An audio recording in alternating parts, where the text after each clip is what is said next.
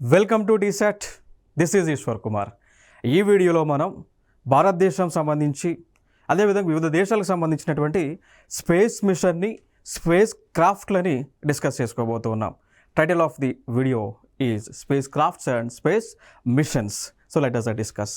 So ముందుగా భారతదేశానికి చెందినటువంటి స్పేస్ సంబంధించి మైల్ స్టోన్స్ చూద్దాం. సో ఇస్రో కీ మైల్ స్టోన్స్గా చెప్తూ ఉంటాం.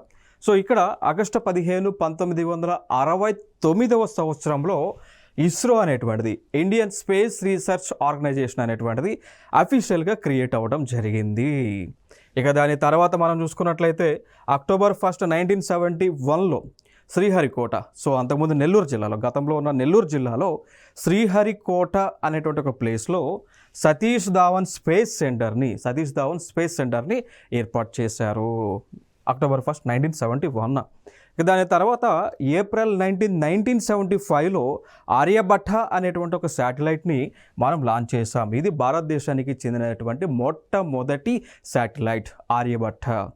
సో ఆర్యభట్ట గారి యొక్క పేరుతో ఆర్యభట్ట శాటిలైట్ని మొట్టమొదటిసారిగా భారతదేశము లాంచ్ చేయడం జరిగింది.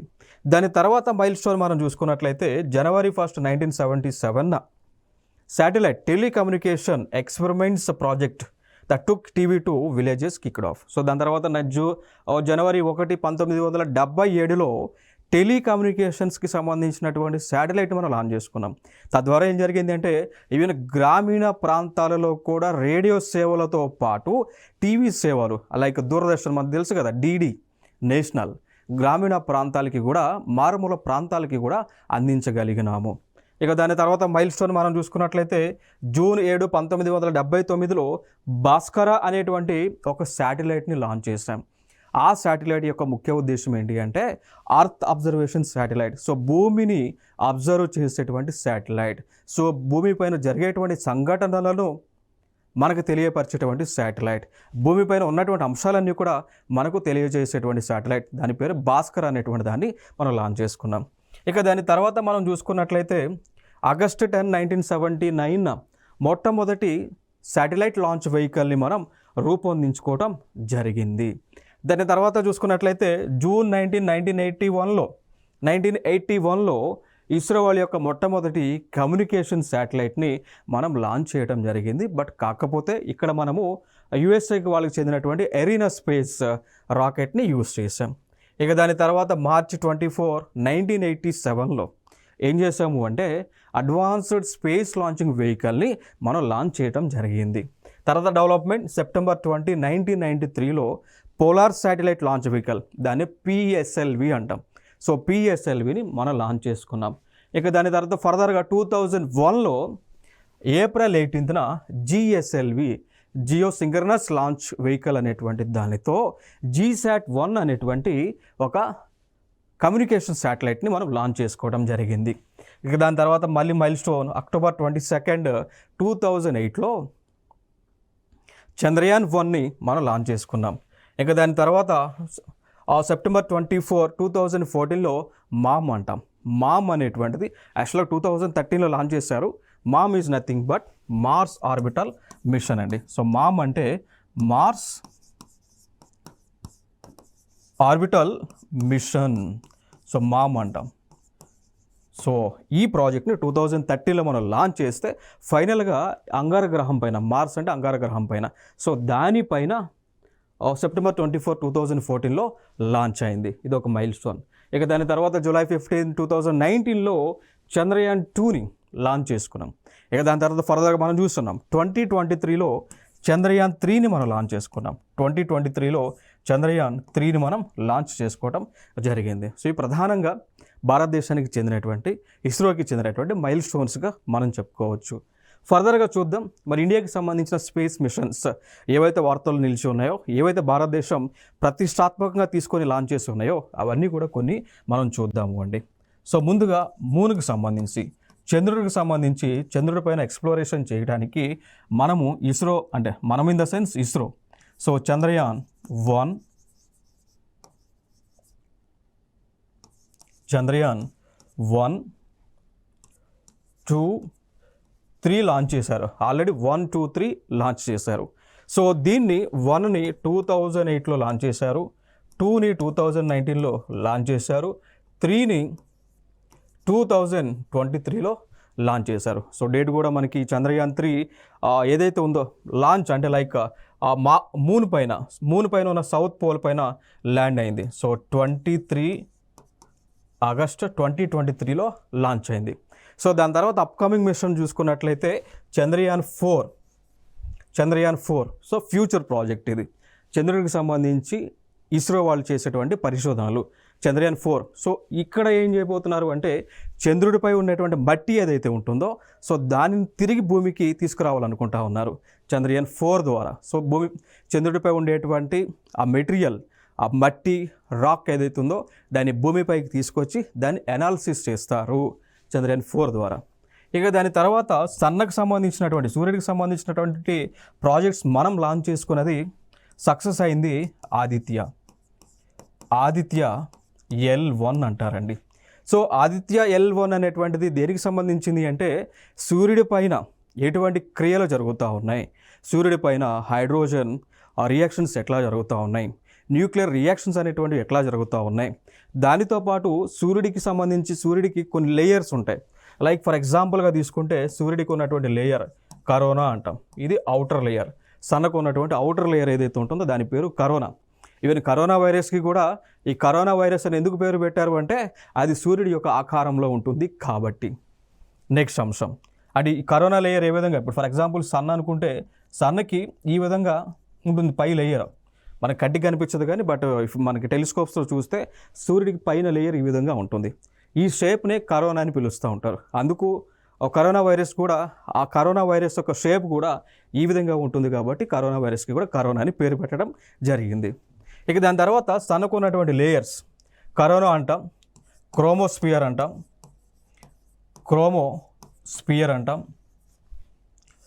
ఫోటోస్పియర్ అని పిలుస్తూ ఉంటాం. క్రోమోస్పియర్ అండ్ ఫోటోస్పియర్ అని పిలుస్తూ ఉంటామండి. క్లియర్ కదా? సో ఈ లేయర్స్కి పరిశోధన చేసేటువంటి ప్రాజెక్టే Aditya L1. Already Indian government launch చేసింది, మనం సక్సెస్ అయ్యాం. దీన్ని లాంచ్ చేసింది కూడా 2023లోనే. సో 2023లోనే లాంచ్ చేయడం జరిగింది, ఇది ఇంపార్టెంట్. దాని తర్వాత ఇంకొక ప్రాజెక్ట్, దాన్ని మనం అంటాము వీనస్ అని. సో దాన్ని వీనస్ గ్రహానికి సంబంధించింది. క్లియర్ కదా? సో వీనస్ని తెలుగులో ఏమంటామంటే శుక్రగ్రహం అంటాం. తెలుగులో ఏమని పిలుస్తాము అంటే శుక్రగ్రహం అని తెలుగులో మనం పిలుస్తూ ఉంటాము అండి. సో వీనస్, సో ఈ ప్రాజెక్ట్ పేరునే పిలుస్తూ ఉన్నారు శుక్రయాన్ అండి. ఓకేనా? సో ఈ యొక్క శుక్రగ్రహం పైన, వీనస్ పైన పరిశోధనలు చేసేటువంటి ప్రాజెక్టే శుక్రయాన్ అనేటువంటి ప్రాజెక్ట్. యాక్చువల్గా దీన్ని 2024లో లాంచ్ చేయాలి అని అనుకున్నారు, బట్ కొంత టెక్నికల్ ఇష్యూస్ రావడం వలన దీన్ని పోస్ట్పోన్ చేశారు 2026కి చేద్దామని. అది కుదిరితే 2025లో చేస్తారు, లేదంటే 2026లో ఈ శుక్రయాన్ ప్రాజెక్ట్ని లాంచ్ చేస్తారు. దాని తర్వాత ఇంకొక ప్రాజెక్ట్స్ మనం చూసుకున్నట్లయితే మామ్ అంటాం. Mission orbital Mars orbital mission అండి, MOM అంటాం. సో ఇది దేనికి సంబంధించింది? మార్స్ అంటే అంగారక గ్రహానికి చెందినది. సో అంగారక గ్రహం పైన పరిశోధనలు చేసేటువంటి ప్రాజెక్టే MOM. ఓకేనా? సో దీనిని ఆల్రెడీ దీనిలో 1 ఉంటుంది. 1 మనము 2013లో లాంచ్ చేయగా 2014లో అంగారక గ్రహం పైన ల్యాండ్ అయింది, సక్సెస్ అయ్యాం. క్లియర్ కదా? సో నెక్స్ట్ మార్స్ని చేయబోతూ ఉన్నారు, మళ్ళీ మామ్ 2ని చేయబోతూ ఉన్నారు, ఫ్యూచర్లో చేయబోతూ ఉన్నారు. మోస్ట్ ప్రాబబ్లీ గవర్నమెంట్ 2028కి అనుకుంటా ఉన్నారు. ఓకేనా? 2028కి అనుకుంటా ఉన్నారు. ఇది ఒక అంశం. ఇక దాని తర్వాత ఇది కాకుండా, మామ్ కాకుండా, శుక్రయాన్ కాకుండా, ఆదిత్య కాకుండా ఇంకొక భారీ ఎత్తులో ప్రభుత్వం చేయబోతూ ఉంది. దానినే భారతీయ అంతరిక్ష సెంటర్ అంటాం, భారతీయ అంతరిక్ష కేంద్రం అని కూడా పిలుస్తూ ఉంటాం, లేదా ఇండియన్ స్పేస్ సెంటర్ అని కూడా పిలుస్తూ ఉంటాం. సో భారత ప్రభుత్వం ప్రతిష్టాత్మకంగా తీసుకొని లాంచ్ చేయబోతూ ఉన్నారు. ఓకేనా? సో భారత్ స్పేస్ సెంటర్ ఇదేంటో తెలుసా? ఇప్పుడు United states of America, Russia గతంలో కలిసి ఇంటర్నేషనల్ స్పేస్ స్టేషన్ అనేటువంటిది ఏదైతే ఏర్పాటు చేశారో ఆ విధంగా భారతదేశానికి చెందినటువంటి భారతీయ అంతరిక్ష కేంద్రాన్ని లేదా భారతీయ స్పేస్ సెంటర్ని ఏర్పాటు చేయబోతూ ఉన్నారు. ఎప్పటికండి? 2040కి. యాక్చువల్గా ఇది 36కి చేద్దామని అనుకున్నారు కానీ బట్ ఫీజిబిలిటీ అయ్యేటువంటి సిచ్యువేషన్ లేనందున 2040 కల్లా భారతదేశానికి చెందినటువంటి లైక్ ఇంటర్నేషనల్ స్పేస్ సెంటర్ లాగా భారతీయ అంతరిక్ష కేంద్రాన్ని ఏర్పాటు చేసేటువంటి ఆలోచనలో ఉన్నారు. సో దీనికి సంబంధించి కొన్ని ఇన్ఫర్మేషన్ మీకు చూపిస్తాను. ఇది ఇంటర్నేషనల్ స్పేస్ స్టేషన్. సో ఇది కొన్ని దేశాలు అనగా ఇప్పుడు ఇది 2 దేశాలు కలిపి చేసినాయండి. ఇప్పుడు మీకు ఇమేజెస్ నేను చూపిస్తా. ఇక్కడ ఇమేజెస్ని మీకు నేను చూపించడం జరుగుతుంది. ఈ పార్ట్ ఇక్కడ ఉన్నటువంటి పార్ట్ అంతా కూడా ఇది రష్యన్ ఆర్బిటల్ సెగ్మెంట్, రష్యా దేశం వాళ్ళు తయారు చేశారు. అంతరిక్షం ఇది ఎక్కడ ఉంటుందో తెలుసా? భూమి నుంచి 400 కిలోమీటర్ల ఎత్తులో ఆకాశంలో ఉంటుంది. సో ఇది భూమి చుట్టూ కూడా ప్రదక్షిణ చేస్తూ ఉంటుంది. క్లియర్ ఇక్కడ వరకు. ఇటుపక్క పార్ట్ ఏమో యునైటెడ్ స్టేట్స్ ఆఫ్ అమెరికా వాళ్ళు తయారు చేసి వాళ్ళు పంపిస్తే దాని తర్వాత ఫైనల్గా ఈ పార్ట్ని జాయిన్ చేశారు. సో ఇప్పుడు ఈ పార్ట్ ఈ విధంగా ఉంది. క్లియర్ కదా? సో ఈ పార్ట్ వీళ్ళేమో రష్యా వాళ్ళు తయారు చేశారు, ఈ పార్ట్ని యూఎస్ వాళ్ళు తయారు చేశారు. ఇప్పుడు 2 కూడా జాయిన్ చేశారు. ఇది భూమి పైన 400 కిలోమీటర్ల ఎత్తులో భూమి చుట్టూ కూడా ప్రదక్షిణ చేస్తూ ఉంది. దీనివల్ల కలిగేటువంటి ఉపయోగాలు ఏంటి అంటే వ్యామోగములు ఎవరైతే ఉన్నారో వారు ఈ ప్లేస్కి వెళ్ళి దీనిలో ఉండి పరిశోధనలు చేస్తూ ఉంటారు. భూమిపైన విశ్వానికి సంబంధించి, గ్రహాలకు సంబంధించి, నక్షత్రాలకు సంబంధించి, బ్లాక్ హోల్స్కి సంబంధించి దీనిలో ఉండి పరిశోధన చేస్తూ ఉంటారు. ఇప్పుడు ఫర్ ఎగ్జాంపుల్గా మనం చూసుకున్నట్లయితే రీసెంట్గా సునీత విలియమ్స్, సో భారత సంతతికి చెందినటువంటి అమెరికా దేశంలో ఉంటూ అమెరికా దేశం తరపున సునీత విలియమ్స్ అనేటువంటి ఒక వ్యామోగామి దీనిలోకి వెళ్ళడం జరిగింది. సో దీనిలోకి వెళ్ళి ఇప్పుడు స్టిల్ ఇప్పటికీ కూడా దీనిలో పరిశోధనలు అనేటువంటివి చేస్తూ ఉన్నారు అండి. ఓకేనా? సో చాలామంది కూడా దీనిలోకి వెళ్ళి దీంట్లో సెటిల్ దాదాపు సంవత్సర కాలం, 2 సంవత్సరాలు, 3 సంవత్సరాలు కంప్లీట్గా దీని లోపలే ఉంటారు. సో ఉండి వీరు పరిశోధనలు చేస్తూ ఉండి ఆ రిపోర్ట్స్ అనేటువంటివి కిందకి ఏదైతే మనకి స్పేస్ సెంటర్స్ ఉంటాయో అక్కడికి ఇన్ఫర్మేషన్ని ఇస్తూ ఉంటారు. చూడవచ్చు ఇంకా. సో ఈ నమూనాని భారతదేశం చేయబోతూ ఉంది. దీనిని అంటాము భారతీయ అంతరిక్ష స్టేషన్, BIS లేదా భారతీయ స్పేస్ స్టేషన్గా అంటాం. సో దీనిని 2040 కల్లా భూమి నుంచి 400 కిలోమీటర్ల ఎత్తులోకి తీసుకెళ్ళి అంటే అక్కడ ప్రాజెక్ట్ చేయబోతూ ఉన్నారు. సో ఇక్కడ నుంచి భారతీయ శాస్త్రవేత్తలు దీనిలోకి వెళ్ళి పరిశోధనలు చేస్తూ ఉంటారు అండి. క్లియర్. సో ఇంకొక అంశం, మరి ఇప్పటి వరకు ఇంటర్నేషనల్ స్పేస్ సెంటర్ కాకుండా ఇంకేమైనా దేశానికి సంబంధించిన స్పేస్ సెంటర్స్ ఉన్నాయా అంటే ఉన్నాయండి. సో ఒకటి ఇంటర్నేషనల్ స్పేస్ సెంటర్, దీనిలో భాగస్వామిగా ఉన్నటువంటి దేశాలు 2, ఒకటి Russia, 2 United states of America. ఇది కాకుండా చైనా వాళ్ళకు కూడా తయాంగ్ గాంగ్ అనేటువంటి ఒక స్పేస్ సెంటర్ వాళ్ళు కూడా ఏర్పాటు చేసుకున్నారు. తయాంగ్ గాంగ్ అనేటువంటి ఒక స్పేస్ సెంటర్ని ఎవరు ఏర్పాటు చేసుకున్నారండి? చైనా దేశం వాళ్ళు ఏర్పాటు చేసుకోవడం జరిగింది. క్లియర్ కదా? సో ఆల్రెడీ ఇప్పుడు అంటే ఈరోజు నేటికి ఆకాశంలో అంటే 3 దేశాలకు చెందినటువంటి స్పేస్ సెంటర్స్ ఉన్నాయి ఆల్రెడీ. ఒకటి రష్యా, US కలిపి తయారు చేసినటువంటి ఇంటర్నేషనల్ స్పేస్ స్టేషన్, దానితో పాటు చైనాకి చెందినటువంటి త్యాంగాంగ్ అనేటువంటి స్పేస్ స్టేషన్ ఇప్పుడు కక్షలో తిరుగుతూ ఉన్నాయి. సో ఫ్యూచర్లో ఇండియా కూడా చేయబోతూ ఉంది. ఇది ఇక్కడ ఇంపార్టెంట్ అంశం. ఇక దాని తర్వాత ఇటీవల కరెంట్ అఫైర్స్లో ఉన్నటువంటి అంశాలు చూసుకున్నట్లయితే చంద్రయాన్ 3 స్పేస్ క్రాఫ్ట్. సో దీనిని ఇండియన్ గవర్నమెంట్, ఇస్రో వాళ్ళు తయారు చేయడం జరిగింది. సో దీని యొక్క పర్పస్ ఏంటి అంటే చంద్రుడికి ఏదైతే దక్షిణ ధ్రువం ఉంటుందో ఆ దక్షిణ ధ్రువం పైన ల్యాండ్ అవ్వటము. సో ల్యాండ్ అయ్యి ఆ దక్షిణ ధ్రువం పైన వాటర్ ఉందా, నీరు ఉందా లేదని తెలుసుకునేటువంటి ప్రాజెక్టే చంద్రయాన్ 3. సో దీనిలో భాగంగా ప్రజ్ఞాన్ అనేటువంటి రోవర్ను ఉపయోగించారు, విక్రమ్ అనేటువంటి ల్యాండర్ని ఉపయోగించడం జరిగింది. సో గతంలో ప్రభుత్వము ఇస్రో చంద్రయాన్ మిషన్స్ ఆల్రెడీ చేశారు, సక్సెస్ అయ్యారు. లైక్ 2008లో కానీ 2019లో కానీ ఈ చంద్రయాన్ మిషన్స్ చేసి సక్సెస్ అయ్యారు. ఈవెన్ 2023లో చేసినటువంటి మిషన్ కూడా గ్రాండ్ సక్సెస్ అవటం జరిగింది. ఇంకొక ప్రాజెక్ట్ మనం చూసుకున్నట్లయితే నావిక్. ఇది కూడా భారతదేశానికి చెందినటువంటి ప్రాజెక్ట్, నావిక్ అంటాం. సో నావిక్ యొక్క ఫుల్ ఫామ్ మనం చూస్తే నావిగేషన్ విత్ ఇండియన్ కాన్స్టలేషన్గా పిలుస్తాము అండి. ఇంకొక అంశం, అసలు ఈ నావిక లేదా నావిగేషన్ విత్ ఇండియన్ కాన్స్టలేషన్ అంటే ఏంటి అంటే ఎగ్జాంపుల్ చెప్తా. ఇప్పుడు మనం ఒక ప్లేస్ నుంచి ఇంకొక ప్లేస్కి వెళ్ళాలనుకోండి, తెలియని ప్లేస్కి ఏం చేస్తాం, వెంటనే ఫోన్ ఓపెన్ చేసి గూగుల్ మ్యాప్స్ని యూజ్ చేస్తాము అండి. సో ఆ గూగుల్ మ్యాప్స్లో ఉన్నటువంటి టెక్నాలజీ దాన్ని ఏమంటామంటే జీపీఎస్ అంటాం. జీపీఎస్ గ్లోబల్ పొజిషనింగ్ సిస్టమ్ అంటాం. గ్లోబల్ పొజిషనింగ్ సిస్టమ్ అంటాం. సో జీపీఎస్ ద్వారా మన ఫోన్లో ఉన్న గూగుల్ మ్యాప్స్ అన్నీ కూడా రన్ అవుతూ ఉంది. ఇది ఏ దేశానికి చెందిందో తెలుసా? యునైటెడ్ స్టేట్స్ ఆఫ్ అమెరికాకు చెందినటువంటిది అండి. సో ఇది యుఎస్ఏకి చెందింది. సో మనం ఇండియాలో గూగుల్ మ్యాప్ యూస్ చేసుకుంటున్నాము అంటే దానికి యూస్ చేసినందుకు ఛార్జెస్ మనం యుఎస్ఏ వాళ్ళకి చెల్లిస్తూ ఉన్నాం. క్లియర్ కదా? So GPS belongs to United states of America. ఇంకొక అంశం ఇంకా ఫర్దర్గా గ్లోనెస్ అని ఉంటుంది, లేదా గ్యాలిలియో అని ఉంటుంది. సో గ్యాలిలియో అనేటువంటి ఇంకొక నావిగేషన్ సిస్టమ్ ఉంటుంది. మరి ఇది ఏ దేశానికి చెందినటువంటి నావిగేషన్ సిస్టము అంటే ఇది యూరోపియన్ యూనియన్కి చెందినటువంటిది అండి.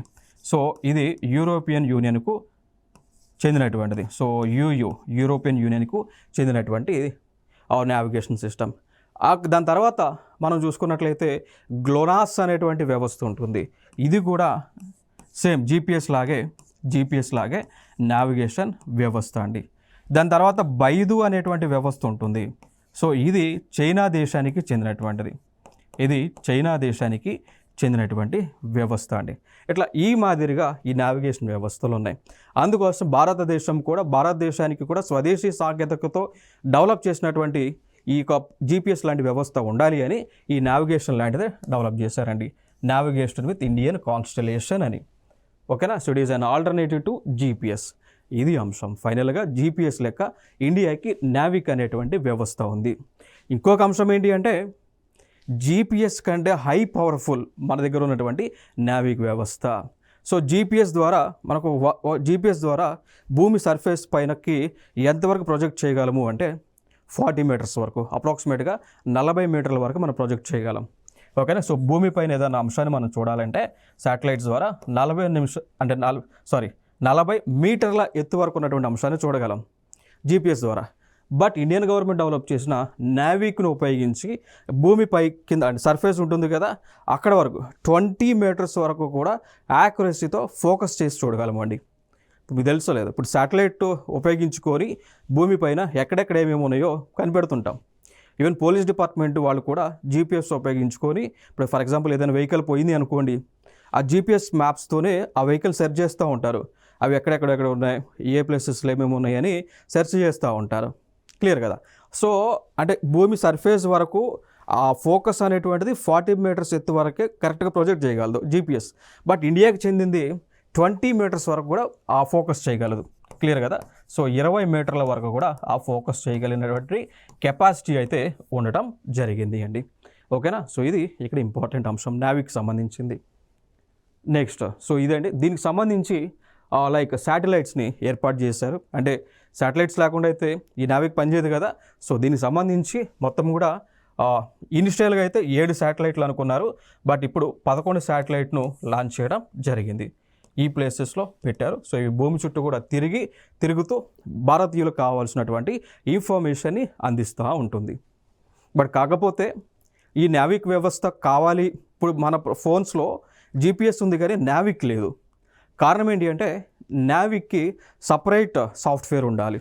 అందుకోసం ఇప్పుడు మనకున్న ఫోన్స్లో నావిక్ సపోర్ట్ చేయదు. సో గవర్నమెంట్ ఆఫ్ ఇండియా ఏమనేది అంటే 2025 కల్లా భారతదేశంలో అమ్మేటువంటి ఫోన్లు నావిక్ యాప్ని సపోర్ట్ చేసే విధంగా డెవలప్ చేయండి అని వివిధ ఫోన్లు తయారు చేసేటువంటి కంపెనీలకు గైడ్లైన్స్ ఇచ్చారు అండి. సో 2025 నుంచి నావిక్ యాప్ని మన ఫోన్లో మనం యూస్ చేసుకొని ఇక జీపీఎస్ తీసేసి మన సొంత నావిగేషన్ వ్యవస్థని మనం వాడుకోవచ్చు. Important information. నెక్స్ట్ చూసాం కదా. సో నావిక్ లాంటివే ఈ నావిగేషన్ సిస్టమ్స్ వివిధ దేశాల్లో ఉన్నాయి. ఫర్ ఎగ్జాంపుల్గా తీసుకుంటే జీపీఎస్ గ్లోబల్ పొజిషనింగ్ సిస్టమ్ అంటాం. జీపీఎస్ గ్లోబల్ పొజిషనింగ్ సిస్టమ్ అంటాం. ఇది యుఎస్ఏకి చెందింది. గ్లోనాస్ అంటాం, రష్యాకు చెందింది. బైదు అన్న చైనాకి చెందింది. నావిక్ అన్నాం, నావిక్ దీన్ని ఇంకొక పేరుతో మనం పిలుస్తాం Indian regional navigation satellite system అని కూడా పిలుస్తామండి. సో ఇది ఇండియాకి చెందింది. గెలీలియో యూరోపియన్ యూనియన్కి చెందింది. దాని తర్వాత క్వాసీజెనిత్ శాటిలైట్ సిస్టమ్ QZSS అంటాం. ఇది జపాన్ దేశానికి చెందినటువంటి వ్యవస్థ. క్లియర్ కదా, ఇంపార్టెంట్. ఇక దాని తర్వాత మనం చూసుకున్నట్లయితే ఈ నావిగేషన్ వ్యవస్థలు ఏవైతే ఉన్నాయో దీనిని ఆపరేట్ చేస్తున్నటువంటి సంస్థలు చూసుకుంటే ఈ GPS-ను ఆపరేట్ చేస్తున్నది USA కంట్రీ. ఆపరేట్ చేస్తున్నటువంటి ఆపరేటర్ వచ్చి air force space command AFSPC అంటాం. గ్లోనస్ని ఆపరేట్ చేస్తుంది రష్యన్ ఏరోస్పేస్ డిఫెన్స్ ఫోర్సెస్ అండి.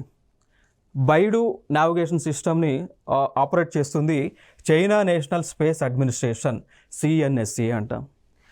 ఇండియాకి సంబంధించిన నావిక్ని లేకపోతే IRNSSని ఆపరేట్ చేస్తుంది ఇస్రో వాళ్ళు.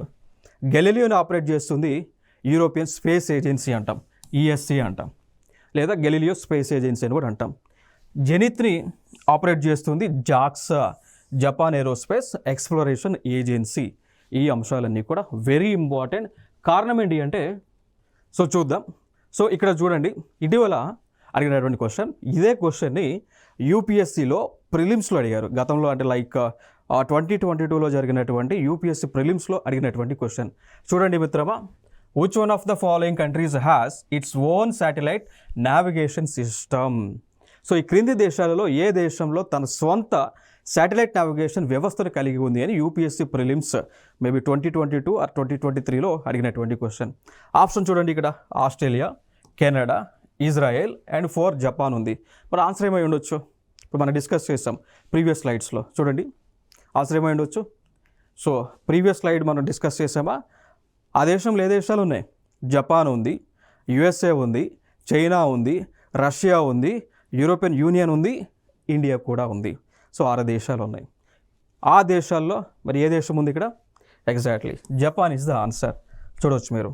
అంటే ఈ విధంగా క్వశ్చన్స్ అడుగుతూ ఉన్నారు. ఎందుకంటే నేను ఈ క్వశ్చన్ ఎందుకు ప్రొజెక్ట్ చేశాను అంటే ఇక్కడ మీకు అర్థం అవడానికి ఎటువంటి క్వశ్చన్స్ వస్తూ ఉన్నాయని. Important area. నెక్స్ట్ చూద్దాం. ఆదిత్య L1 స్పేస్ క్రాఫ్ట్ అంటాం. ఇది ఇండియాకి చెందింది. ఇస్రో వారు దీన్ని లాంచ్ చేయడం జరిగింది. ఆదిత్య L1 యొక్క ముఖ్య ఉద్దేశం ఏంటి అంటే సన్ని సూర్యుడి పైన పరిశోధనలు చేయటానికి. ఓకేనా? సూర్యుడు భూమి పైన ఏ విధంగా ప్రభావం చూపుతూ ఉన్నాడు, సూర్యులో ఎటువంటి రియాక్షన్స్ జరుగుతూ ఉన్నాయి, న్యూక్లియర్ రియాక్షన్స్, అదేవిధంగా న్యూక్లియర్ రియాక్షన్స్ అనేటువంటివి ఎట్లా జరుగుతూ ఉన్నాయి, సూర్యుడు ఏ విధంగా ఏర్పాటయ్యాడు, సూర్యుడి యొక్క ఆరిజిన్ ఏంటి అనేటువంటి అంశాలన్నీ కూడా తెలుసుకోవడానికే మనము ఆదిత్య L1 అనేటువంటి ప్రాజెక్ట్ మనం లాంచ్ చేయడం జరిగింది. ఇంకొక అంశం ఏంటి అంటే ఇక్కడ ఆదిత్య L1 అన్నారు. L1 అంటే ఏంటి అంటే it is nothing but Lagrange point అంటాం. ఇప్పుడు ఫర్ ఎగ్జాంపుల్కి చెప్పాలి అంటే మనం ఏదైనా ఒక బాడీ తీసుకున్నాము అనుకోండి, లేదా ఒక సూర్యుడు తీసుకోండి, సూర్యుడు గారు లేదా భూమి లేదా రకరకాల గ్రహాలు తీసుకోండి. ఏ సెలిస్టియల్ బాడీకైనా ఏ ప్లానెట్కైనా తన సొంతగా గురుత్వాకర్షణ శక్తి ఉంటుంది. దానికి గ్రావిటేషనల్ ఫోర్స్ అంటాం. ఓకేనా? ఇప్పుడు ఫర్ ఎగ్జాంపుల్ ఈ పెన్ను నేను కింద పడేస్తే కిందకే పోదు, ఎందుకంటే భూమికి గ్రావిటేషనల్ ఫోర్స్ ఉంటుంది కాబట్టి. బట్ ఒక పాయింట్లో ఈ భూమికి కొంత దూరంలో ఒక పాయింట్లో గ్రావిటేషనల్ ఫోర్స్ అనేటువంటిది 0 అయింది, లేదా నలిఫై అవుతుంది, లేదా ఈక్వల్ అవుతుంది. అర్థమైంది? ఇప్పుడు ఫర్ ఎగ్జాంపుల్ ఇది భూమి లేదా సూర్యుడు అనుకోండి. ఈ ప్లేసెస్లో భూమికి ఇంత దూరంలో 3 పాయింట్స్లో ఫర్ ఎగ్జాంపుల్ అర్త్ తీసుకుంటే 400 కిలోమీటర్ల ఎత్తులో లాంగ్రేంజెస్ పాయింట్స్ ఉంటాయి. సూర్యుడికి కొంత డిస్టెన్స్లో పాయింట్స్ ఉంటాయి. ఓకేనా? ఈ పాయింట్లో మనం ఏం పెట్టినా కానీ అది ఏం అవుతుంది అంటే భూమి చుట్టూ తిరుగుతూ ఉంటాయి. ఇప్పుడు శాటిలైట్స్ అనేటువంటివి ఎందుకు 400 కిలోమీటర్స్ ఎత్తులు పెట్టడంలోనే భూమి చుట్టూ తిరుగుతున్నాయంటే it is Lagrange point for earth అనమాట. అందుకోసం సూర్యుడికి కూడా పాయింట్స్ ఉన్నాయి, L1 అని, L2 అని, L3 అని. మనం ఏం చేసామంటే ఆదిత్య అనేటువంటి స్పేస్ క్రాఫ్ట్ సంబంధించిన ఏదైతే వ్యవస్థ ఉందో దాన్ని తీసుకొచ్చి ఈ L1లో ప్రాజెక్ట్ చేసామన్నట్టు. అందుకోసం ఇది సూర్యుడి చుట్టూ కూడా తిరుగుతూ ఉంది. భవిష్యత్తులో L2 పాయింట్లో శాటిలైట్ని పెడతాం, ఇంకా భవిష్యత్తులో L3 పాయింట్లో లాంగ్రేంజ్ పాయింట్ 3లో శాటిలైట్ని పెడతాం అన్నట్టు. అట్లా ఈ L1 అనేటువంటిది మనకు రావడం జరిగింది. తర్వాత చూద్దాం ఇంకొక లాంచ్, ఎక్స్పోసాట్ అని అంటాం. ఎక్స్పోసాట్ ఎక్స్రే పొలారీమీటర్ శాటిలైట్ అండి. ఎక్స్రే పొలారిమీటర్ శాటిలైట్ ఇండియా తయారు చేసింది. పర్పస్ ఏంటి అంటే అంతరిక్షంలో బ్లాక్ హోల్స్ అంటాం, కృష్ణ బిలాల్ అంటాం, బ్లాక్ హోల్స్. దాని తర్వాత న్యూట్రన్ స్టార్స్ ఉంటాయి, మ్యాగ్నెటార్స్ ఉంటాయి, కాస్మిక్ సోర్సెస్ ఉంటాయి. ఓకేనా? సో ఇవి ఏ విధంగా ఆవిర్భవించింది, కాస్మిక్ ఎనర్జీ అనేటువంటిది ఆకాశంలో ఏ విధంగా జనరేట్ అయింది, ఏ విధంగా డిఫ్యూజ్ అవుతూ ఉన్నాయి, ఏ విధంగా పాజిటివ్ నెగిటివ్స్గా బైఫర్కేట్ అవుతూ ఉన్నాయి, పాజిటివ్ నెగిటివ్ అయాన్స్గా పోలరైజేషన్ జరుగుతుంది అనేటువంటి అంశాన్ని తెలుసుకోవడానికే ఎక్స్పోసాట్ అనేటువంటి దాన్ని లాంచ్ చేయడం జరుగుతూ ఉంది. ఓకేనా? సో దీనికి రాకెట్ యూజ్ చేసింది PSLV, polar synchronous launch vehicle అనేటువంటి రాకెట్ని యూజ్ చేశారు. దాని యొక్క కోడ్ C58 అనేటువంటిది ఇంపార్టెంట్. సో నెక్స్ట్ ప్రాజెక్ట్ చూస్తే మామ్ అంటాం, మార్స్ ఆర్బిటల్ మిషన్ అని పిలుస్తూ ఉంటాం. దానినే ఇంకొక పేరుతో మనం పిలుస్తున్నాము, మంగళయాన్ అనేటువంటి ఒక పేరుతో పిలుస్తూ ఉన్నామండి. దాన్ని మనం ఏమంటున్నామంటే మంగళయాన్ అనేటువంటి పేరుతో పిలుస్తూ ఉన్నాం. సో మంగళయాన్ అనేటువంటి ప్రాజెక్ట్ దేనికి సంబంధించింది అంటే అంగారక గ్రహం పైన పరిశోధనలు చేసేటువంటి ప్రాజెక్ట్ అండి. సో ఆల్రెడీ 2013లో లాంచ్ చేశాము. 2014లో అంగారక గ్రహం పైకి ఈ యొక్క స్పేస్ షిప్ అయితే ఏదైతే ఉందో, ఈ డివైస్ ఏదైతే ఉందో అది అక్కడికి పోవడం జరిగింది. స్టిల్ ఇప్పటికీ కూడా వర్కింగ్ చేస్తూ ఉంది. ఇప్పటికీ కూడా అంగారక గ్రహానికి సంబంధించినటువంటి ఇన్ఫర్మేషన్ అంతా కూడా కంప్లీట్గా ఇండియాకి ఇస్తూ ఉంది. క్లియర్ కదా? ఇక భవిష్యత్తులో మార్స్ ఆర్బిటల్ మిషన్ 2ని మనం లాంచ్ చేయబోతా ఉన్నాం. నెక్స్ట్ అంశం చూడవచ్చు, లూనా 25 స్పేస్ క్రాఫ్ట్. ఇది ఏ దేశానికి చెందింది అన్నప్పుడు రష్యా దేశానికి చెందింది అండి. దాని యొక్క పర్పస్ ఏంటి అంటే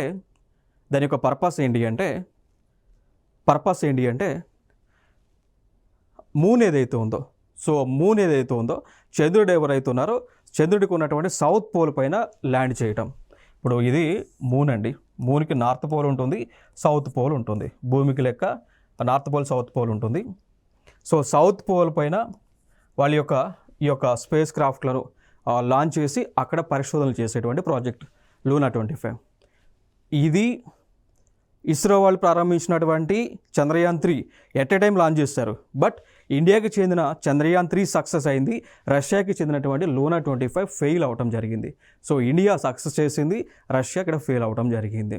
సో ఇది కూడా సౌత్ పోలే. ఇంకొక అంశం ఏంటి అంటే ఇక్కడ చంద్రయాన్ 3 ఏదైతే మనం మాట్లాడి ఉన్నామో, చంద్రయాన్ 3 యొక్క ల్యాండర్ కానీ రోవర్ కానీ చంద్రుడి యొక్క సౌత్ పోల్ పైన ల్యాండ్ అయింది అండి. సో ఇక్కడ ప్రపంచంలోనే చంద్రుడి యొక్క సౌత్ పోల్ పైన, దక్షిణ ధ్రువం పైన ల్యాండ్ చేసినటువంటి దేశంగా భారతదేశం మొట్టమొదటి స్థానంలో ఉంది. సో ఇప్పటి వరకు లైక్ చైనా కానీ రష్యా, అంతకుముందు చైనా కానీ జపాన్ కానీ యుఎస్ఏ కానీ తమ యొక్క శాటిలైట్లను చంద్రుడి యొక్క నార్త్ పోల్లో ల్యాండ్ చేసినాయి. బట్ ఏ దేశము కూడా చేయలేదు. ఫస్ట్ టైం కేవలం మన భారతదేశం మాత్రమే చేయడం జరిగింది సౌత్ పోల్ పైన. ఓకేనా? సో దాని తర్వాత రష్యా ట్రై చేసింది కానీ రష్యా ఫెయిల్ అయింది. నెక్స్ట్ అంశం MS-23 సోయజ్ స్పేస్ క్రాఫ్ట్. దీనిని రష్యా వాళ్ళు తయారు చేశారు. సో దీని యొక్క ముఖ్య ఉద్దేశం ఏంటి అంటే నేను స్టార్టింగ్లో మీకు చెప్పాను, ఇంటర్నేషనల్ స్పేస్ స్టేషన్ అనేటువంటిది రష్యా యుఎస్ఏ వాళ్ళు కలిసి, దాంతోపాటు ఇంకో కొన్ని మెంబర్స్ కూడా దాని తర్వాత పార్ట్నర్స్ అయి ఉన్నాయి. సో ఇవన్నీ కూడా కలిసి డెవలప్ చేసామన్నమా. సో అక్కడికి మనుషులను తీసుకెళ్లేటువంటి స్పేస్ క్రాఫ్టే సోయజ్ అనేటువంటి స్పేస్ క్రాఫ్ట్ అండి. MS-23 సోయజ్ స్పేస్ క్రాఫ్ట్ ఏ దేశం డెవలప్ చేసింది? రష్యా దేశం డెవలప్ చేయటం జరిగింది. నెక్స్ట్ అంశం చూసుకున్నట్లయితే మవీన్ అనేటువంటి స్పేస్ క్రాఫ్ట్ అండి. సో దీని యొక్క ముఖ్య ఉద్దేశం ఏంటి అంటే యుఎస్ వాళ్ళు డెవలప్ చేశారు. దీని యొక్క ముఖ్య ఉద్దేశం ఏంటి అంటే మార్స్ పైన, అంగారక గ్రహం పైన పరిశోధనలు చేసేటువంటి ప్రాజెక్ట్ ఇది.